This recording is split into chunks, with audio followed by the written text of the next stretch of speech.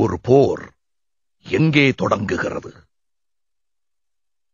ஒரு புன்னகை நிராகரிக்கப்பட்ட இடத்தில்.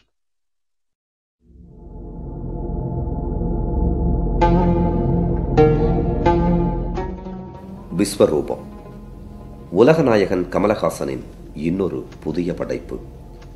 தொழில்நுட்பத்தில் புதுமையை புகுத்துவதில் எப்போதும் முதல் ஆளாக நம் உலகநாயகன் இருப்பார். இந்த படமும் அந்த வரிசையில் முன்னணியில் நிற்கிறது. படம் தொடங்கிய நாளிலிருந்து பல்வேறு விதமான சர்ச்சைகள். முகமதிய சகோதரர்களுக்கு எதிரான கருத்துக்களை கொண்ட படம் என்று பலர் பிரச்சாரம் செய்தனர்.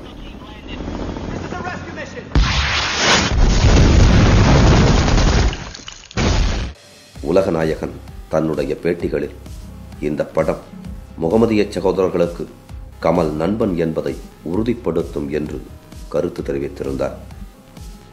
RO3D என்ற புதிய தொழில்நுட்பத் துறையோடு கைகோர்த்து கொண்டு விஸ்வரூபத்தின் ஆடியோ வெளியீடு வீறுநடை போடுகிறது. ட்ரெய்லர் மற்றும் ஆடியோ வெளியீட்டு விழாக்களை சென்னை, மதுரை, கோவை என 3 ஊர்களில் ஒரே நாளில் பறந்து பறந்து வெளியிட்டு தன் ரசிகர்களை மகிழ்ச்சி கடலில் ஆழ்த்தினார் உலகநாயகன். வெள்ளித்திரையில் படம் வெளியாவதற்கு முன்பாக ஒரு நாள் முன்னதாக DTH முறையில் வெளியிடுவதாக அறிவித்தார் உலகநாயகன். இதற்கு தியேட்டர் உரிமையாளர்களிடமிருந்து பலத்த எதிர்ப்பு கிளம்பியது. திரையரங்க உரிமையாளர்கள் விஸ்வரூபம் படத்தை DTH முறையில் வெளியிட்டால் திரையரங்குகளில் வெளியிட ஒத்துழைப்பு கொடுக்கப் போவதில்லை என தீர்மானம் போட்டார்கள். இதிலிருந்து மாறுபட்ட கருத்துக்களை கொண்டு கோவை, ஈரோடு, திருப்பூர், நீலகிரி மாவட்ட தியேட்டர் உரிமையாளர்கள் ஒன்று கூடி விஸ்வரூபம் படத்தை DTH முறையில் வெளியிட்டாலும் திரையரங்கில் வெளியிடுவதற்கு அவர்களின் முழு ஒத்துழைப்பை தந்து படம் வெளியாக தியேட்டர் ஒப்பந்தமும் செய்தார்கள். பின்பு தென்னிந்திய திரைப்பட வர்த்தக சங்கம், தமிழ்நாடு தயாரிப்பாளர்கள் சங்கம், தென்னிந்திய சினிமா தொழிலாளர் சம்மேளனம், தென்னிந்திய தமிழ் திரைப்பட இயக்குநர்கள் சங்கம், தென்னிந்திய நடிகர்கள் சங்கம் அனைவரும் விஸ்வரூபம் படத்தை DTH முறையில் வெளியிடுவதற்கு ஆதரவு தெரிவித்தனர். முதலில் ஏர்டெல் நிறுவனம் இதை வெளியிடுவதற்கு முன் வந்தது. தொடர்ச்சியாக டாடா ஸ்கை, சன் DTH, வீடியோகான், ரிலையன்ஸ், சன் டிஷ் டிவி முதலிய நிறுவனங்கள் DTH முறையில் விஸ்வரூபத்தை வெளியிட முன்வந்தன. இதன் முன்பதிவு விலை கவர்ச்சிகரமாக நிர்ணயிக்கப்பட்டிருக்கிறது. DTH முறையில் விஸ்வரூபம் படத்தை வெளியிடுவதால் திரைத்துறையை சார்ந்த மற்றவர்களுக்கு நஷ்டம் ஏற்பட போவதில்லை என உலகநாயகன் தன்னுடைய பேட்டியில் தெளிவாக விளக்கியுள்ளார். சுன்னத் ஜமாத் ஐக்கிய பேரவை ஆதரவு தெரிவித்திருக்கிறது. அவர்கள் இஸ்லாமியர்களின் நண்பன் கமல் என்பதை நிரூபிப்பதாக இந்த படம் இருக்கும்.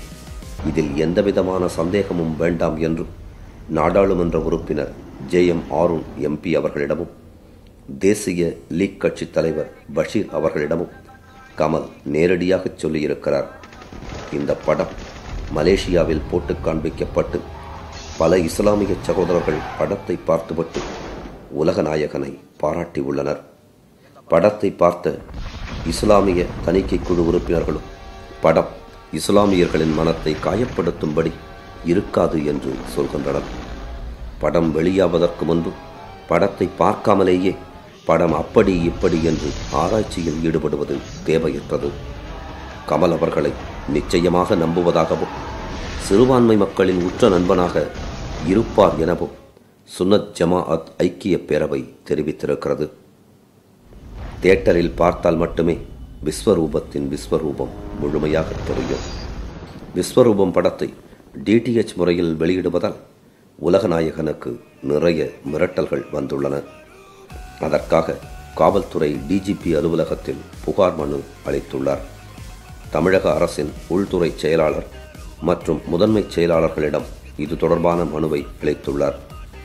இது சம்பந்தமாக கமல், நான் நேர்மையாக தொழில் செய்ய விரும்புகிறேன். இதற்கு சிலர் எதிர்ப்பு தெரிவிக்கின்றனர்.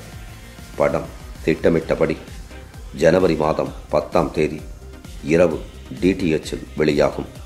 அதன் பின்னர் ஜனவரி மாதம் 11ஆம் தேதி தியேட்டரில் வெளியாகும் என உலகநாயகன் கமலஹாசன் கூறியுள்ளார்.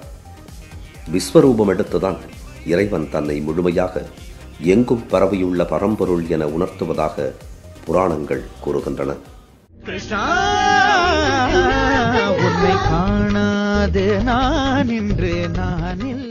அப்படி உலகநாயகனின் தொழில்நுட்ப தொலைநோக்கு பார்வை விஸ்வரூபம் எடுத்திருப்பது வெற்றி பெற tentukotta.com சார்பாக வாழ்த்துக்களை தெரிவிக்கிறோம்.